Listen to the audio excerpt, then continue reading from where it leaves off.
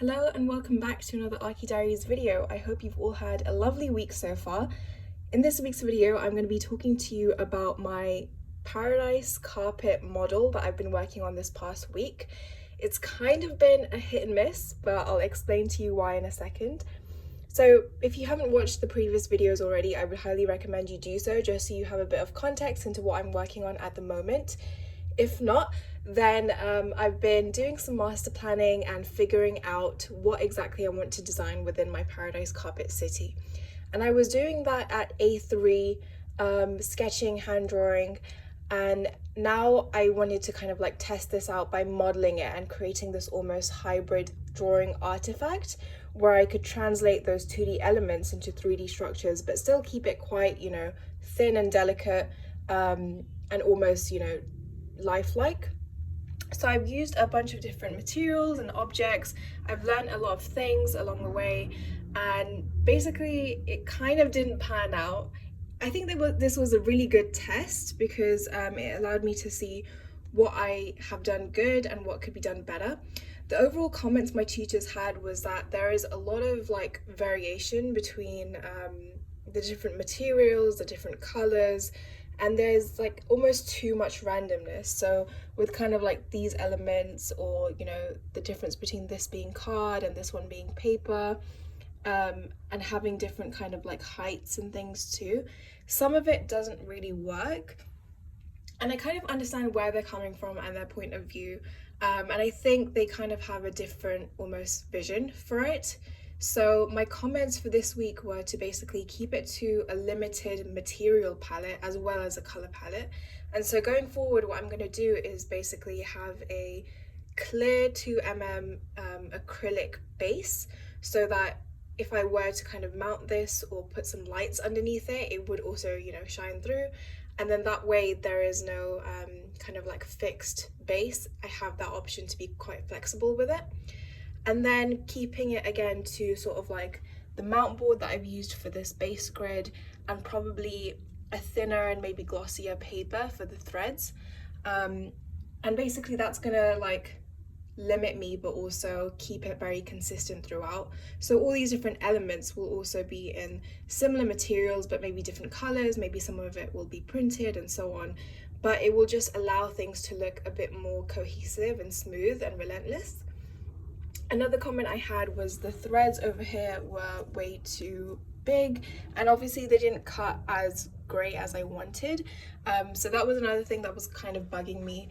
But again, like I said, this is just a test, so I think it was good to kind of have that out in the open. The third comment I got was about the color palette. So initially the first ever thing I did for this test was 3D model these components. And I think maybe going forward, I'd probably stick with a sort of grayish, neutral, maybe some black or like off-white kind of base, and have the only color be coming from the threads. And that way there won't be so much kind of like noise, and there won't be kind of like too many things and too many factors to consider while I'm doing the other components and the other panels. And I think in hindsight this works a lot better for me because it reduces the number of things that I need to design or laser cut or 3D print and assemble, and therefore it's kind of like less work. I don't really have to think about all these random elements and things. And B, one thing that was kind of bugging me is that I wanted the artifact to almost kind of like work together with the drawings that I had done. But actually this is probably more of a separate thing and a more, it's kind of like a new iteration rather than a complete replica of those drawings. And those drawings in their own right are still great, and I will be using them in the portfolio too. But I think for the purpose of this kind of like test and the next iteration, I'm gonna have to keep in mind that it's kind of building upon what I've already done and highlighting those kind of like key factors and features and elements that have worked really well.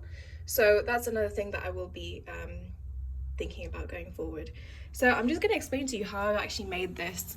So it's kind of got mount board base in some areas, and then I've stuck on some tracing paper, and I've got these sheets of calico fabric, which I've kind of like added sort of patches and cross them as if they were woven, and that comes from like the tracing paper elements that I had in the drawing initially. Then I've also got this kind of like border. Since this is the corner of the carpet, there's two borders.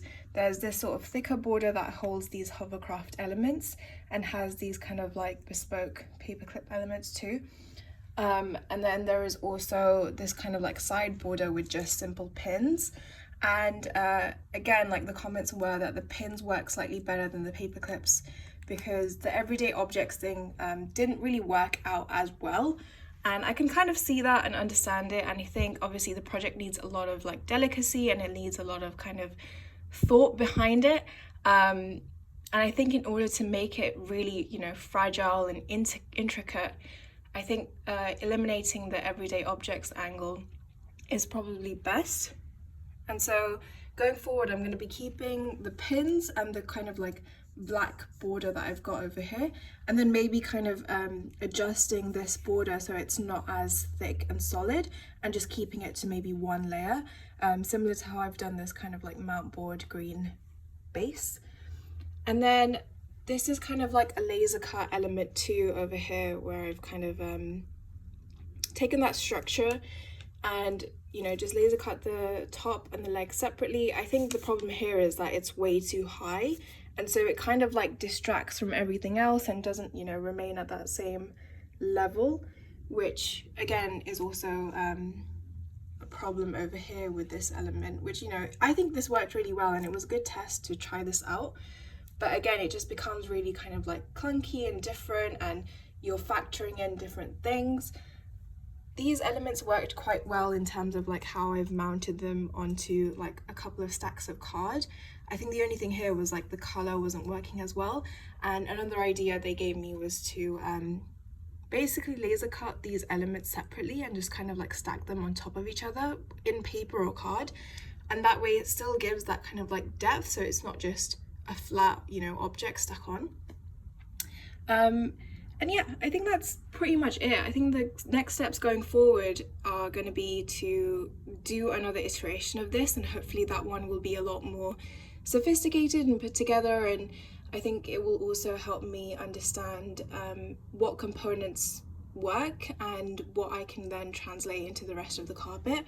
So ideally, after I do another test, it should be fairly simple to get the rest of the carpet going. And yeah, I think that's about it really.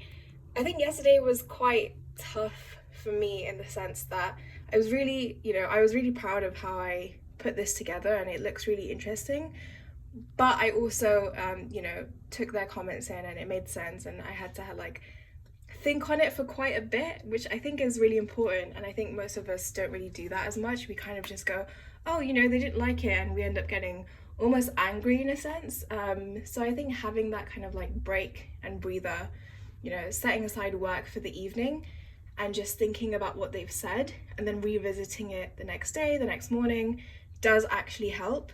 And so yeah, I'm hoping that going forward this will be, you know, something that is a lot better than this first iteration, but also something that they can also agree and like and, you know, tell me to, you know, move on and carry on. And I also want to kind of like pace myself very efficiently too, because I do have other plans to kind of like finish off this project, and I would like to do other drawings and illustrations and modeling and things like that too. So I don't want this to kind of be the only thing that I'm working on for this project at this moment.